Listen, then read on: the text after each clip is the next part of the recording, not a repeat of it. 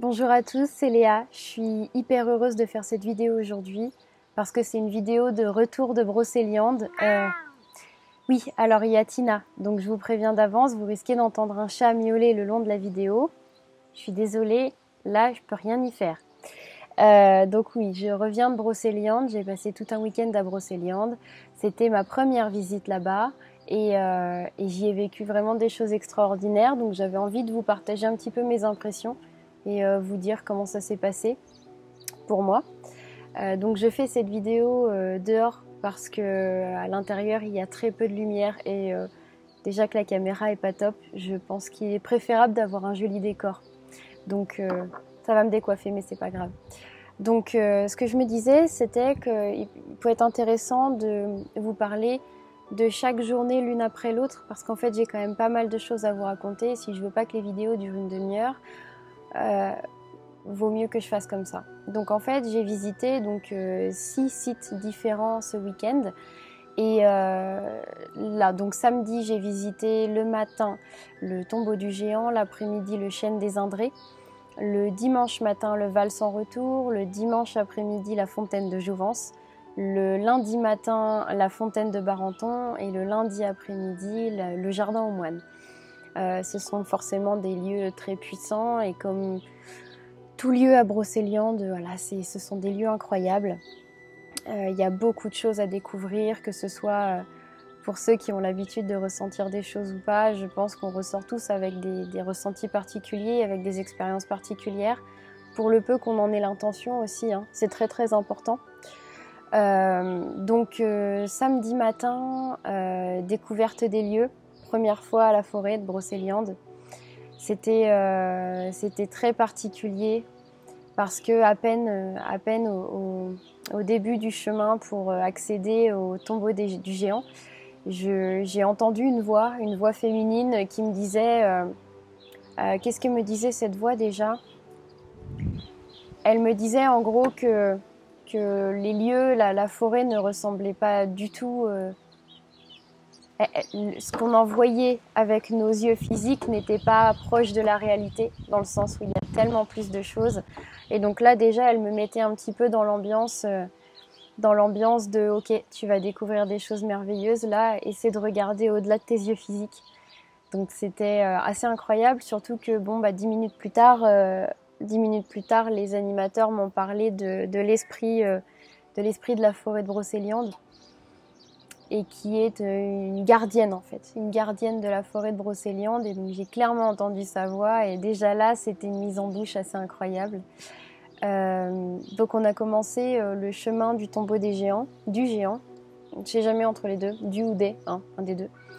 Et c'était vraiment vraiment incroyable parce que tout le long du chemin, il y avait vraiment quelque chose d'hyper puissant, quoi. On sent que la forêt de Brocéliande, c'est une forêt qui est assez incroyable et qui est hyper puissante. Et il se passe énormément de choses. Il y a beaucoup de monde, il y a toute une organisation. Le long du chemin, on sentait qu'il y avait des passages partout. Donc quand je parle de passages, c'est de passages multidimensionnels qui mènent à d'autres dimensions. Et c'est bluffant d'en voir autant parce que autant dans chaque forêt il y a des choses intéressantes, dans chaque forêt il y a des êtres de la nature.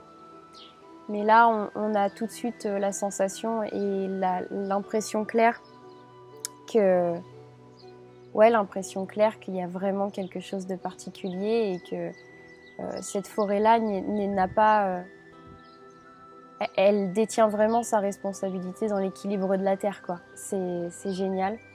Donc tout le long du chemin, j'ai pu voir beaucoup d'elfes notamment qui protégeaient le lieu. Les élémentaux sont aussi là pour protéger les lieux. Et donc c'est très intéressant de pouvoir les ressentir et de comprendre quelle responsabilité ils ont dans le lieu, quelle responsabilité ils ont vis-à-vis de tous les autres habitants du lieu. Donc le tombeau du géant, c'est un lieu qui a été plus ou moins détourné, subtilisé.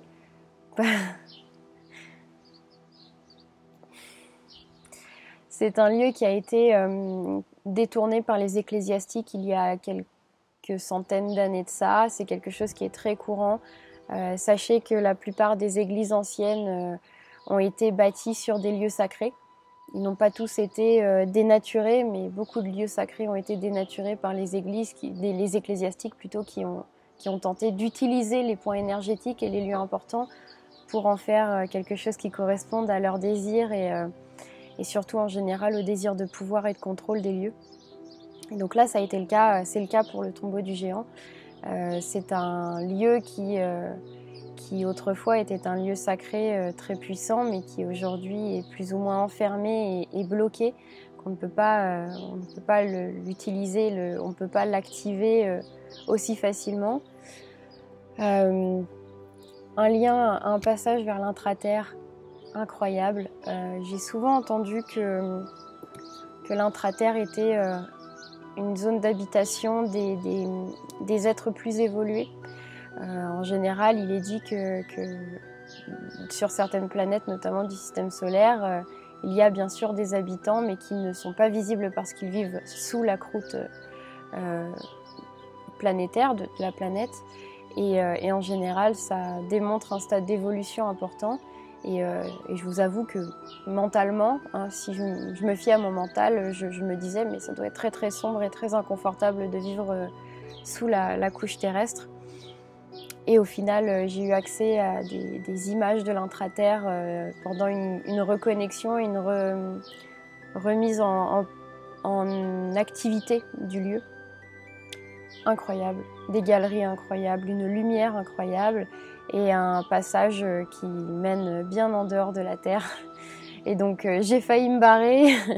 Les animateurs ont dit bon, pour ceux qui partent un peu loin, surtout revenez. Et effectivement, j'étais en train de partir clairement.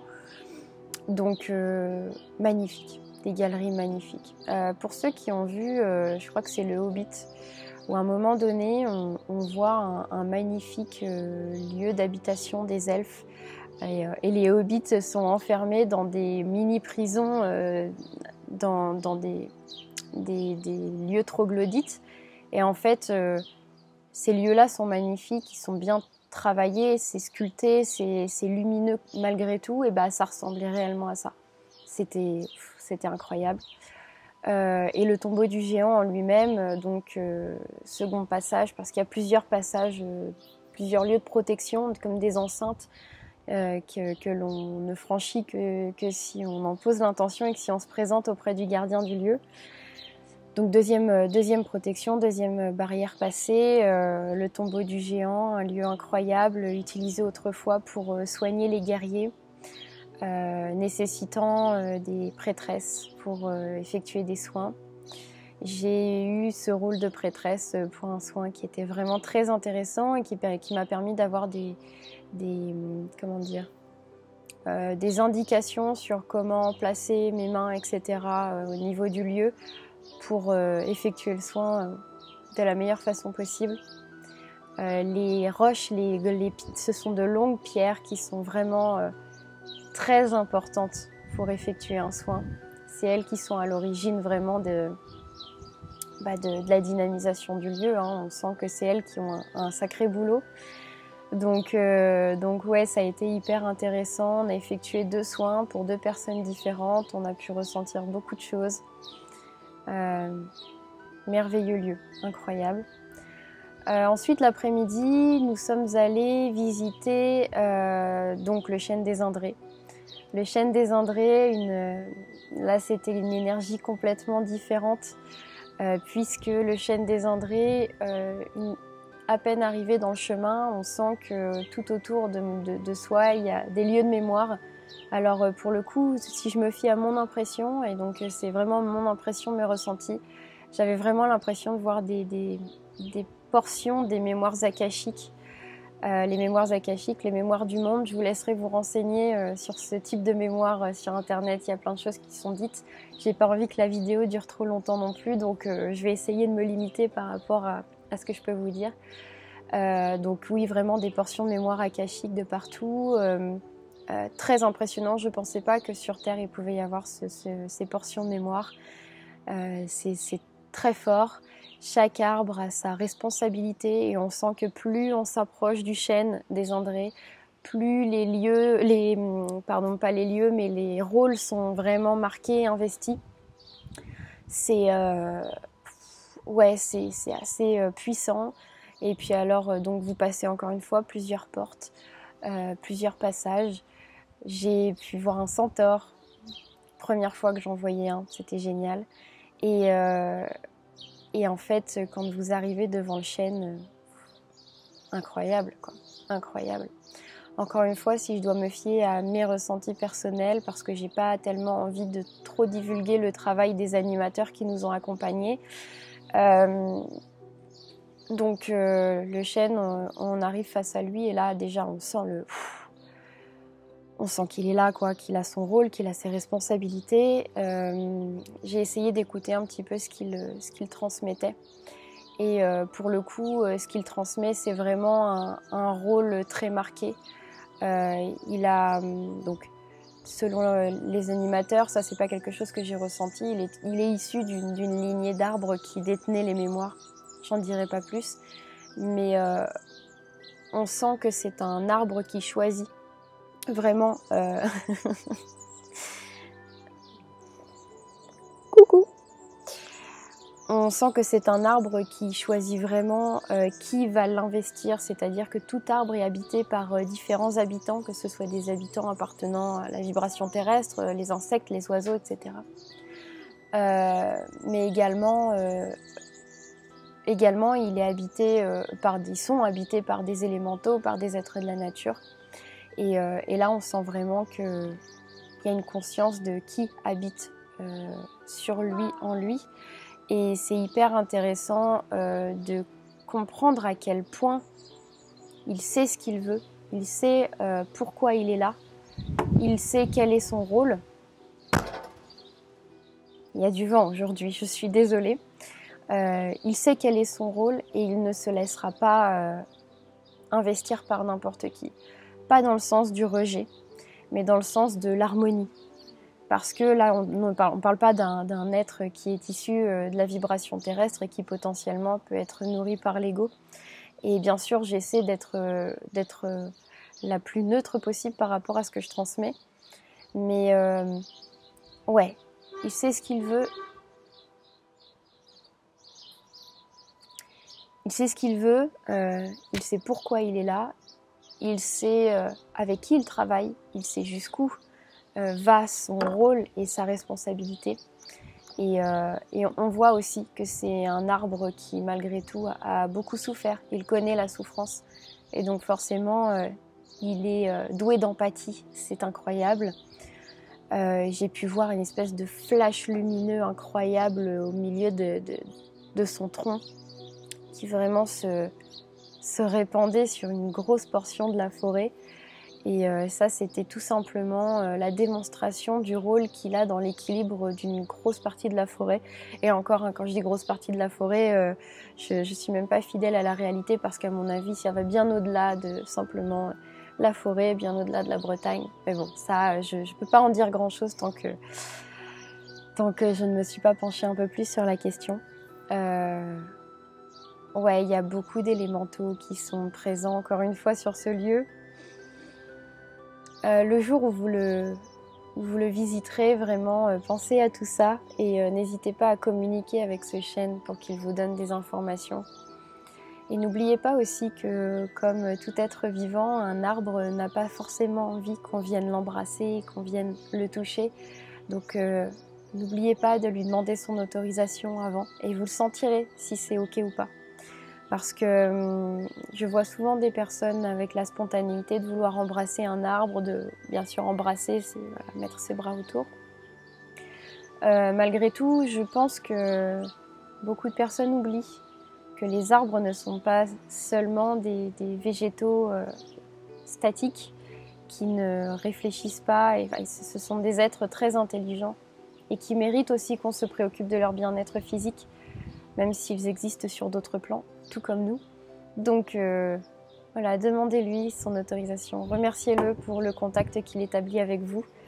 Et Et donc voilà, la journée s'est clôturée de cette façon. J'ai eu très très mal à la tête tout l'après-midi en visitant le chêne des Andrés parce que je pense qu'il est venu justement épurer des mémoires, épurer des choses dont je voulais me débarrasser dans ma vie actuelle et qui potentiellement pouvaient être effectuées dans un lieu qui détenait une partie des mémoires akashiques. Donc très très belle expérience, magnifique. Et donc bon, c'est là que va se clôturer la vidéo parce qu'elle fait déjà 15 minutes, à peu près 15 minutes. Je vous fais une seconde vidéo plus tard pour vous parler donc de la deuxième journée qui va énoncer mon expérience dans le Val sans retour et dans la fontaine de Jouvence. Dans le week-end, ça a vraiment été crescendo, c'est-à-dire qu'il s'est passé de plus en plus de choses incroyables. Et je me suis dit que là, bon, une vidéo de 15 minutes, c'est déjà pas mal. Donc je vais vous faire, je pense, 3 vidéos d'une quinzaine de minutes. Je vais essayer de faire pas trop au-delà. J'espère que cette vidéo va vous plaire. J'aimerais beaucoup que ces vidéos puissent intervenir auprès d'un maximum de personnes. Peu importe ce que vous pensez de tout ce que je peux dire. Parce que je ne suis pas là pour dire ce que vous avez envie d'entendre. Je suis là pour vous exprimer ce qui fait partie de ma réalité, ce qui fait partie de mes expériences quotidiennes. Et bien sûr, vous en faites ce que vous voulez de votre côté au niveau de votre compréhension. Malgré tout, je pense qu'il est toujours intéressant de pouvoir se faire sa propre idée sur ce qui est dit par quelqu'un. Donc si vous avez envie que cette vidéo puisse se diffuser au maximum, n'hésitez pas à la partager, n'hésitez pas à mettre un pouce, n'hésitez pas à vous abonner à ma chaîne, à mettre un petit commentaire si ça vous plaît, si vous avez envie de me poser des questions ou quoi que ce soit. Je vous fais de très très gros bisous et je vous dis à bientôt.